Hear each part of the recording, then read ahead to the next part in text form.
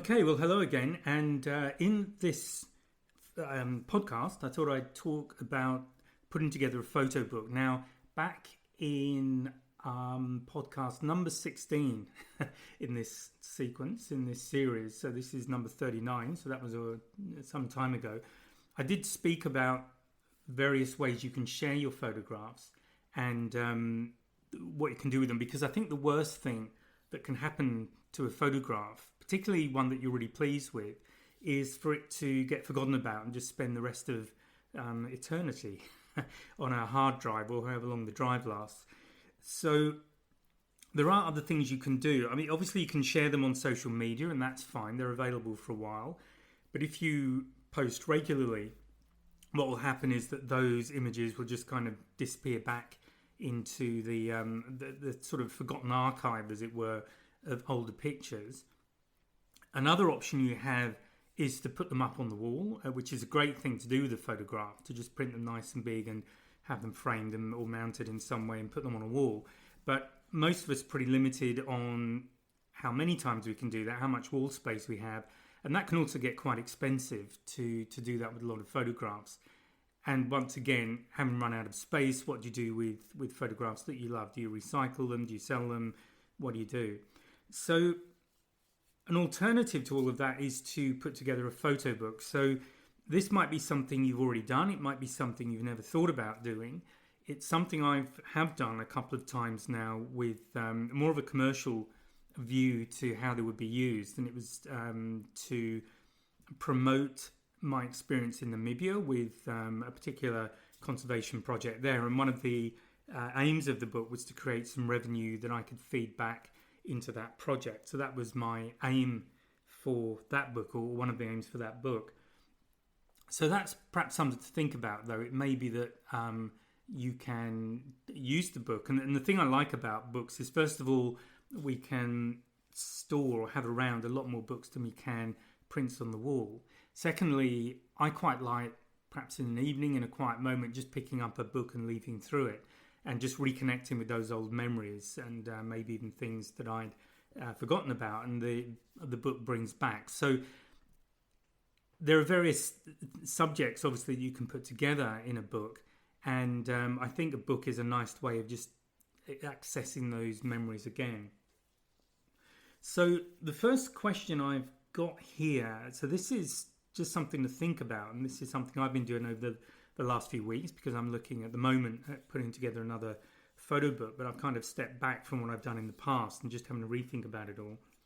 So the first question I have here is, who is it for? Now, it could be just for you. It could be that you've had an experience of some sort. You've come back with a lot of photographs. You've got some that you really like, and maybe you just want to put them together in a book so that you can just kind of revisit that experience from time to time and have it easily accessible.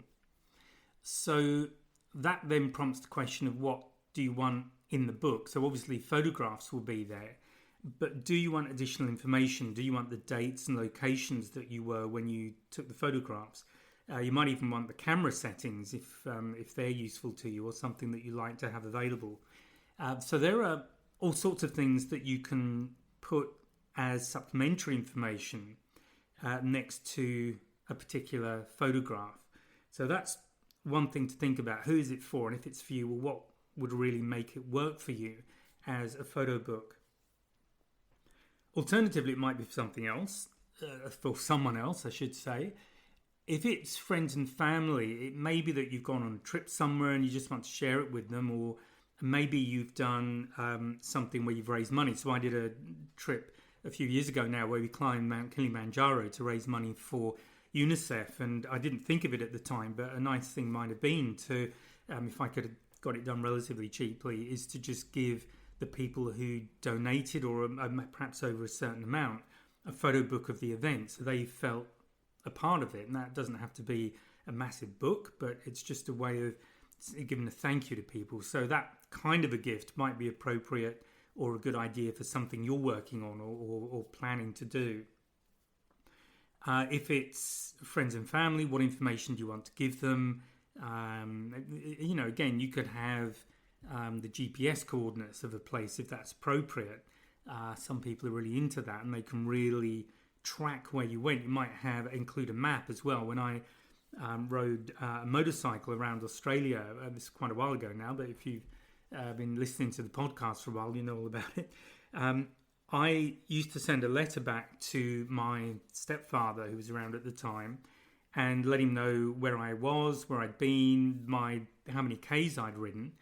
And what he did, he went off and bought himself a map of Australia and was plotting where I was and where I'd been, so that he could kind of sort of vicariously be on the ride with me. So again, you can use a photo book to include people in that way.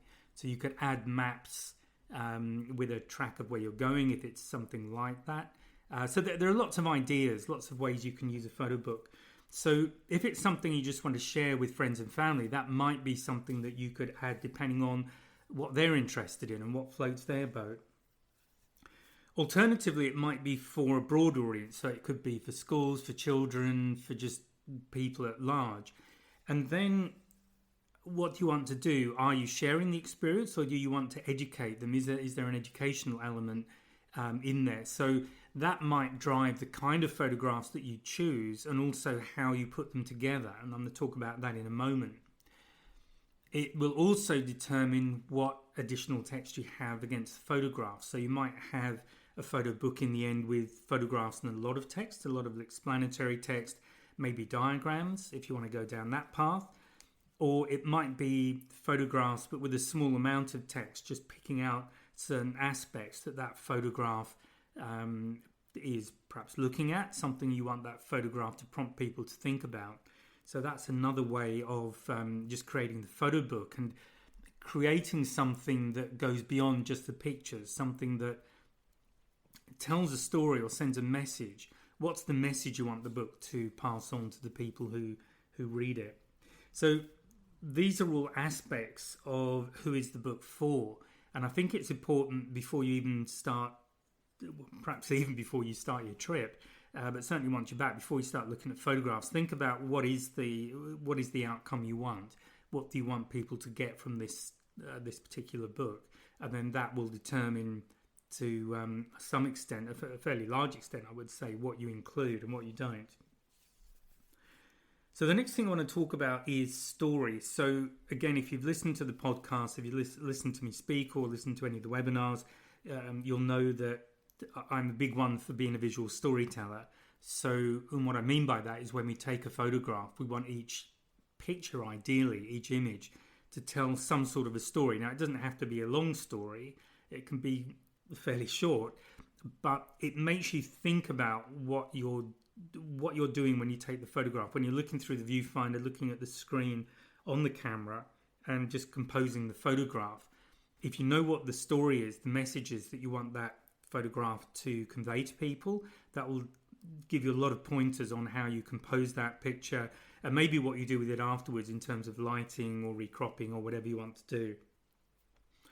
So if you shot your photographs that way, then it makes sense that when it comes to putting them together in a book, you'll also be telling a story, and it might be a series of stories. So there might be, for example, and obviously without being very specific about the content of the photo book, it's a bit general, but your first chapter might be some background to the book, why you're putting the book together, why you went and took the photographs in the first place, if it involved travel, what prompted you to go there, and maybe what inspired you to go there. And that might involve other pictures, or there might be pictures that you took that convey some of that aspect of travel or have a particular experience.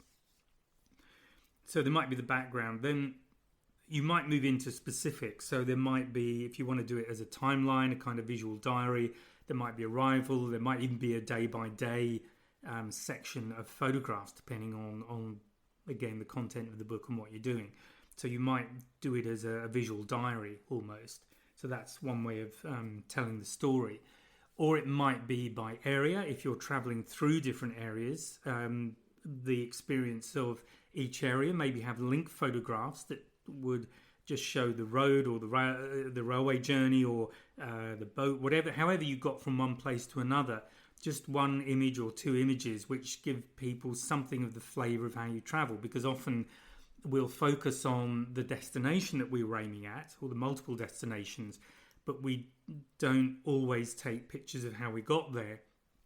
And often that can be perhaps as interesting in some regards as the subject that you've gone to shoot at that place. Certainly for some people, they might have seen lots of photographs of, let's say, the Taj Mahal, which is obviously a very well photographed place.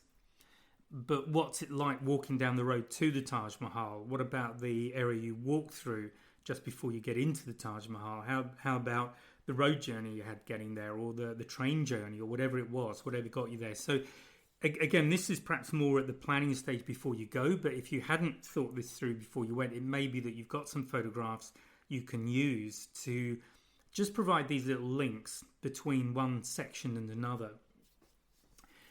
It might also be by topics. So if you were visiting different places, so the Taj Mahal might be one. If you're in India or in that part of India, maybe the Red Fort at Agra might be another. You might be in New Delhi. So you can take different places. Or if you're shooting wildlife, it could be different animals, maybe group them together. Or you could have an environment, kind of more general environment section or chapter in the book where you're looking at the kind of macro view of what's going on in a particular area before you dive into the detailed views, which might be the larger animals, you might do the smaller animals. So there's various ways you can cut it, but have a think before you get started about what the stories are that you want to convey within each part of the book. The next thing I've kind of jotted down here, and I've already touched on it a little bit, and it all sort of ties in together, is, are you just doing photographs? Because one thing you could do is simply have photographs on their own, and you might have a book that opens up with a blank white page on one side and a photograph on the other. So maybe very glossy, good high resolution, very arty images, but with nothing about them at all. You might have a general kind of intro or summary somewhere at the book, maybe at the beginning or towards the end, or maybe an appendix at the end which shows where each image was shot, or whatever is relevant information for that image. But within the book itself and on the image itself, you may have nothing. And again, we're kind of into this less is more approach where people can just simply take in the image and let it mean whatever it will mean for them, so they can create their own meaning around that image and however you've chosen to compose it. And if you're building a story in there, the story that you thought you were writing or recording when you took that photograph might not be the story that somebody else sees when they look at it, because when we look at images, we're looking at them through the glasses, if you like, of our life experience, and we'll tend to interpret things differently depending on what we've experienced in the past. So that's one way of doing the book, going down the less is more path.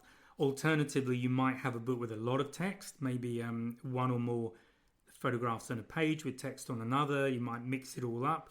You might have one large photograph on, if you've got the book open, so two open pages basically. One page might have one large photograph, the other page might have a series of smaller ones, which could be the same, they could be different but kind of supporting the main photograph. If you've shot a fast sequence of shots, you might have one picture that you really love, one that kind of really captured what you were going for, but at the smaller pictures you might have a series of other just images in that sequence. So if you've done a burst of images, that might be a nice way of showing it, particularly if you've done it several times. You could well have a sequence of pages, so the double page spread would be a large image on one page, and on the other page a series of smaller images made up from the burst that you shot. And again, you may have some text on it, may not. Again, that's completely up to you how you do it. The other thing to think about is the size of the images themselves. Now, one thing I will say about Blurb that I thought was very good was that they have some software that once you've kind of got an account with them, you can download onto your computer, and it will help you with the layout of the pages and help you design the cover. And the thing I liked about it was first of all, it was very easy to use.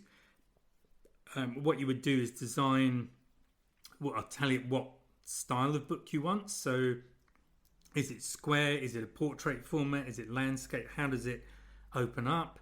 You determine the number of pages, the gutter, all those things. And there's lots of help available to help you with the sort of the basic parts of constructing the book, and how much to leave at the end for the binding and all these things. But what they would allow you to do is to drop an image. You'd upload images into the software, and then you would put them onto the book layout, and it would tell you whether you were making the image too large for it to print well. So it's obviously got the resolution of the image. I think they're all JPEGs on that particular package.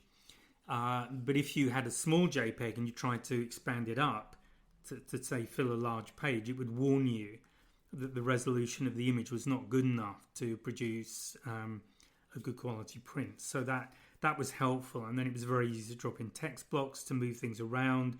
So all of that stuff is certainly useful if you're only going to do it occasionally. And in that sense, you might have forgotten what you did last time and you come back to it.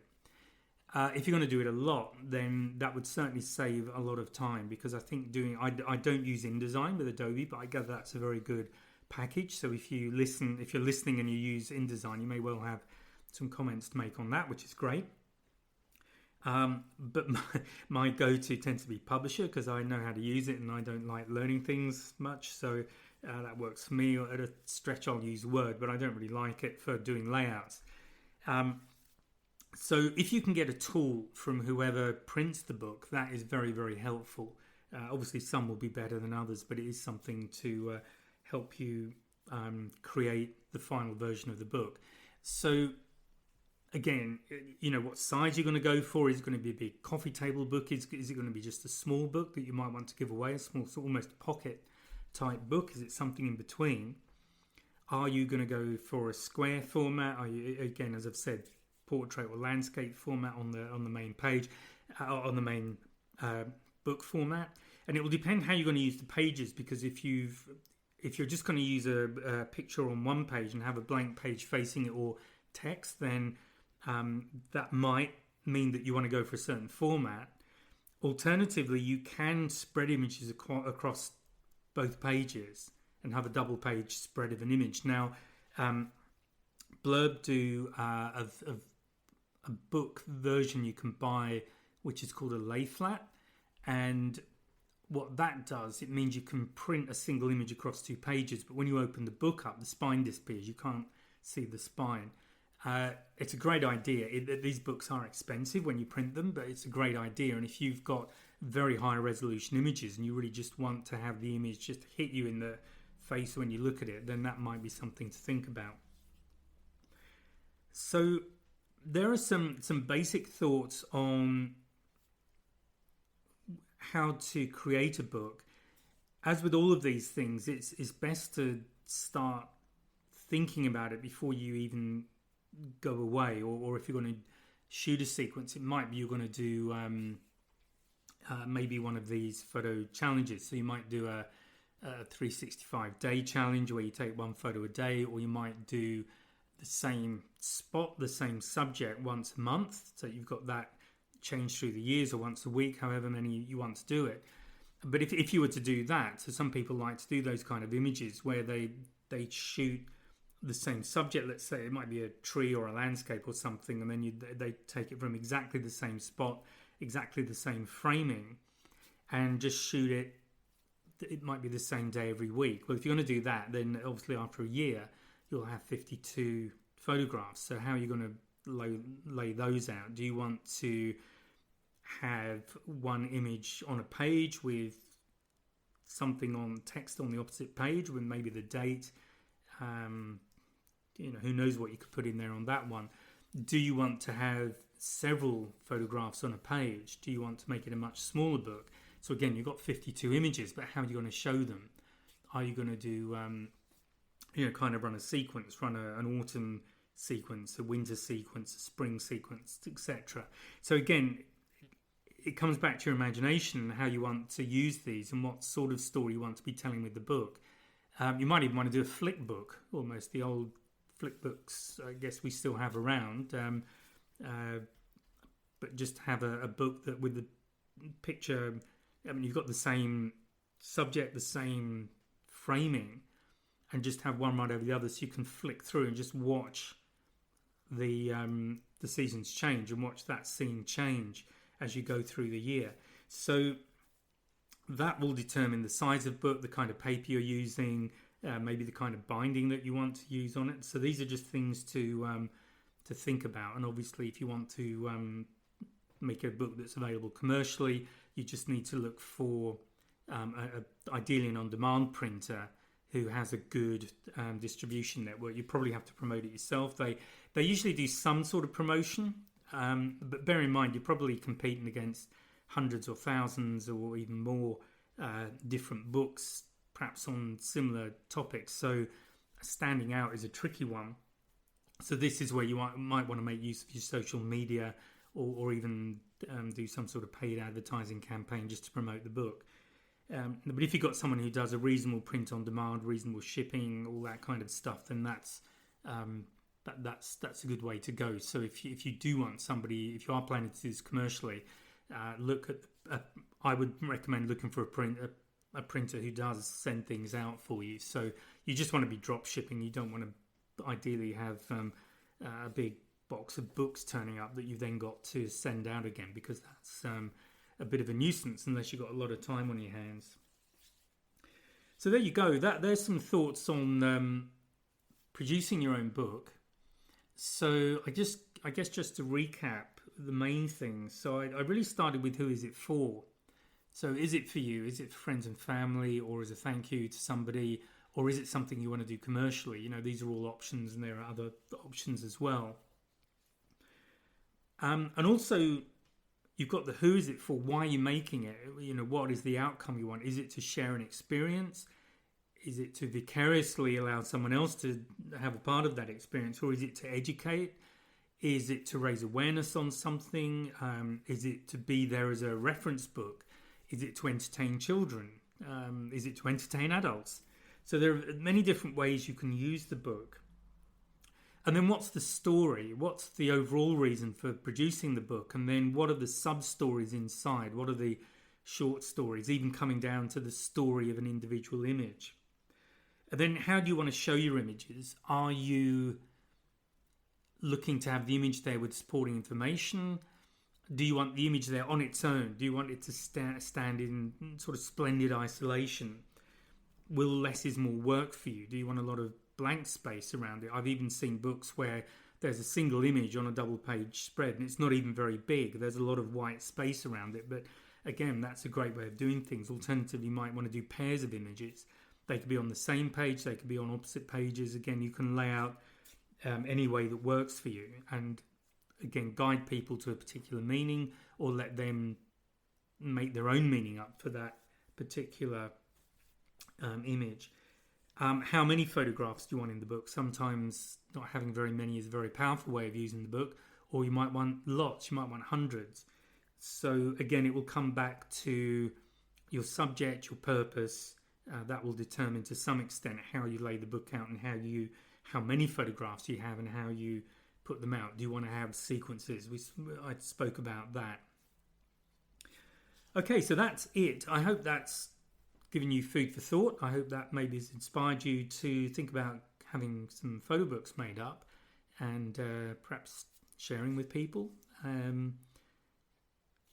Any thoughts you have, you're very welcome to drop me a line at graham@ge.photography and just make it, just put the title podcast or photo books, whatever is relevant. And I'll speak to you again on the next webinar. So bye for now. Sorry, next podcast. So bye for now. Oh, and one thing just before you go, please take a look at the 2026 wildlife calendar. That's available now. It's on the website. There's a link below the description of this podcast episode. So please take a look, and I'll speak to you next time. Bye now.